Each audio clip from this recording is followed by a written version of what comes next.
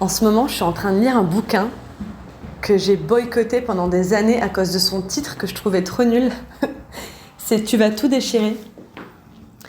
Et je pense que je l'aurais pas lu, parce que pourtant je l'ai vu passer souvent sur Insta et tout, mais je pense que je l'aurais pas lu si j'avais pas été recommandée directement par une pote qui est coach aussi, et qui m'a dit, si tu dois lire un livre, c'est lui.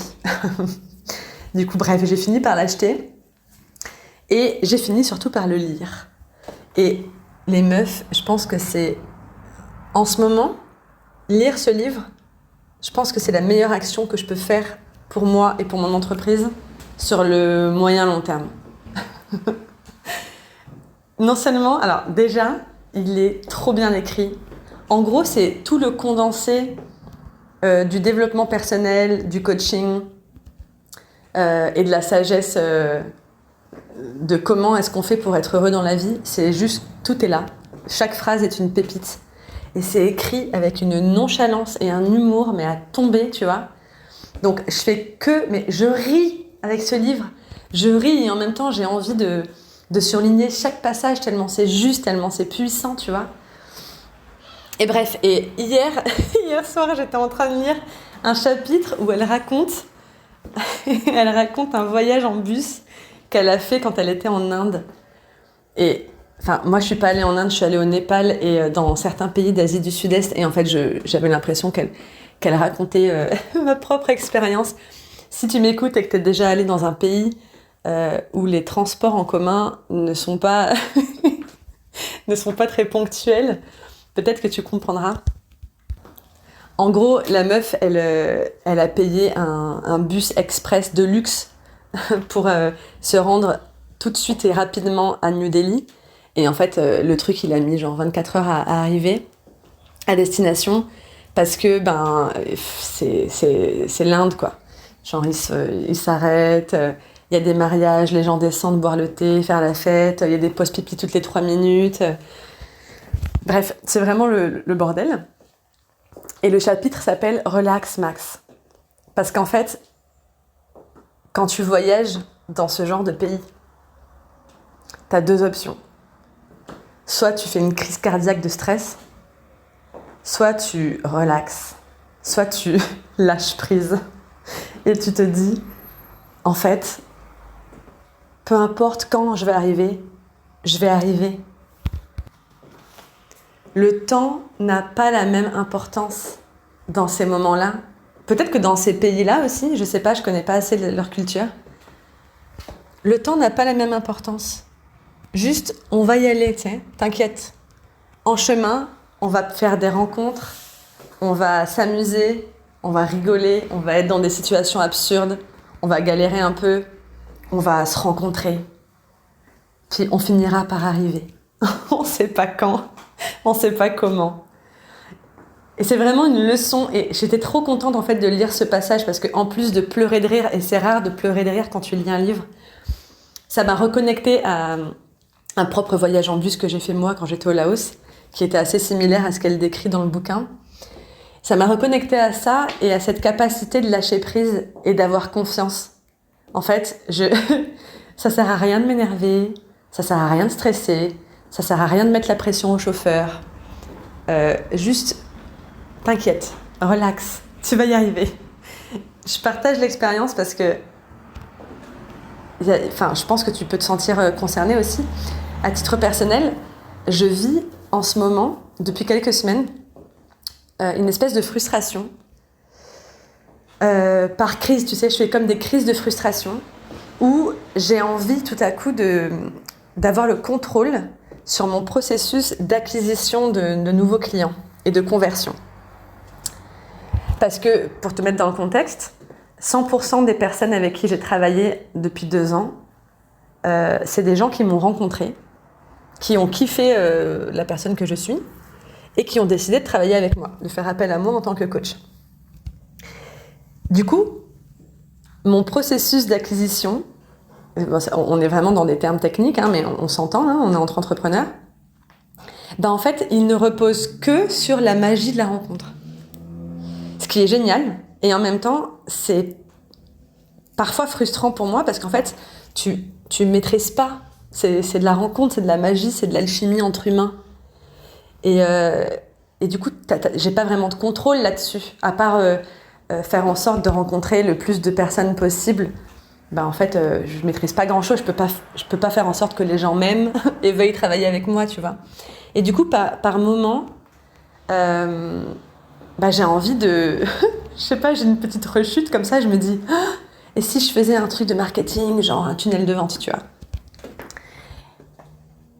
Et si tu me connais, si tu me suis un petit peu sur Instagram ou en newsletter ou ici sur ces notes vocales, tu sais que c'est justement ce que j'enseigne à ne plus faire à mes clientes pour qui ça ne fonctionne pas, ce système-là.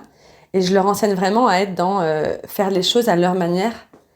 Parce que je suis de plus en plus convaincue, pour le coup, que tous ces systèmes un petit peu automatisés là, de marketing, c'est un petit peu voué enfin, c'est un petit peu vieillot, quoi. Ça commence à prendre la poussière dans le sens où on est de plus en plus éduqué à ce genre de canaux de vente, à ce genre de discours, à ce genre de trucs là qui appuient sur toujours les mêmes leviers et tout. Et il y a comme un espèce de ras-le-bol. En tout cas, je l'observe dans les personnes qui sont dans des valeurs communes avec moi. Il y a comme un espèce de ras-le-bol. Il y a un besoin de revenir à quelque chose de plus authentique, de plus humain, de plus magique, comme une rencontre. Sauf que voilà, je suis un humain moi aussi, et puis de temps en temps, j'ai peur parce que je me dis « Ah, ça fait 3 semaines que j'ai pas de nouveaux clients. Du coup, j'ai une petite crise de frustration comme ça, et hop, je mets un truc en place qui ne fonctionne pas, puisqu'en fait, ce n'est pas aligné à mes valeurs, ce n'est pas aligné à mes convictions profondes. Et en plus, c'est complètement à l'opposé de ce que je prône, entre guillemets, dans mon discours, dans ma posture. Donc en fait, c'est pas du tout cohérent, donc forcément que ça fonctionne pas. Ça ne peut pas, enfin, ça peut peut-être fonctionner sur le long terme, mais ça ne peut pas fonctionner en fait, parce que c'est pas moi. Donc on est vraiment par coup de crise comme ça. Et à chaque fois que je mets un truc en place comme ça, au bout de 10 jours, je l'enlève parce qu'en fait, j'y crois pas. Même moi, j'y crois pas, tu vois. Et en fait, c'est juste, entre guillemets, c'est un petit rappel, enfin, ce partage d'expérience, c'est un petit rappel que parfois, j'ai envie que ça aille plus vite. J'ai envie que ça aille plus vite, j'ai envie d'avoir le contrôle. Et du coup, je m'excite là à faire des trucs, alors que tout ce que j'ai à faire, entre guillemets, c'est comme quand tu voyages en bus en Asie. Lâche prise. Lâche prise sur le temps que ça prend. Lâche prise sur la façon dont tu vas y arriver. Juste aie confiance que tu vas finir par y arriver. Et petite anecdote, tout à l'heure, au tout début, là, je t'ai dit lire ce bouquin, m'arrêter de bosser, m'arrêter de faire des trucs de marketing bizarres là, et aller lire ce livre. C'est le meilleur truc que je peux faire pour mon entreprise sur le moyen long terme. C'est que, en fait, ça m'est arrivé 2 fois déjà depuis que j'ai commencé ce bouquin, que pendant que je lise le bouquin, j'ai une personne qui prend rendez-vous, par exemple, pour un appel découverte, ou quelqu'un qui finalement se décide, après quelques semaines de réflexion, à payer pour l'accompagnement de coaching avec moi. J'ai pas besoin d'être dans le contrôle, j'ai pas besoin de faire du micromanagement des gens. J'ai besoin d'être en confiance, quoi. Confiance. Les gens, ils sont dans leur propre process de réflexion, ils sont dans leur propre vie. Je peux pas leur foutre la pression avec des mails, avec des comptes à rebours et tout. Ça changera rien, en fait. Confiance. Confiance, ça prend le temps que ça prend. Voilà. C'était le petit partage du jour. J'espère que je t'aurai donné envie de lire ce livre si tu l'as pas déjà lu. Franchement, mais achète-le maintenant, quoi. Et avec plaisir de parler de cette histoire d'avoir confiance, de lâcher prise, de remettre la frustration à sa place, là, et le remplacer par de la foi, tu sais, par de la confiance. Le temps, c'est un truc qui met une de ces pressions, les meufs. Ça nous met une pression, ce truc. Tiens, d'ailleurs, ça me fait penser, je vais te faire une autre note vocale là-dessus. À toutes. Ce que je retiens de cette note vocale que je viens de te faire, c'est que c'est pas parce qu'on est convaincu d'un truc et qu'on sait au fond de nous notre vérité qu'on arrive à la porter tous les jours. Parce que on a des peurs, en fait. On a des peurs, des insécurités qui font que de temps en temps, on part en couille, quoi.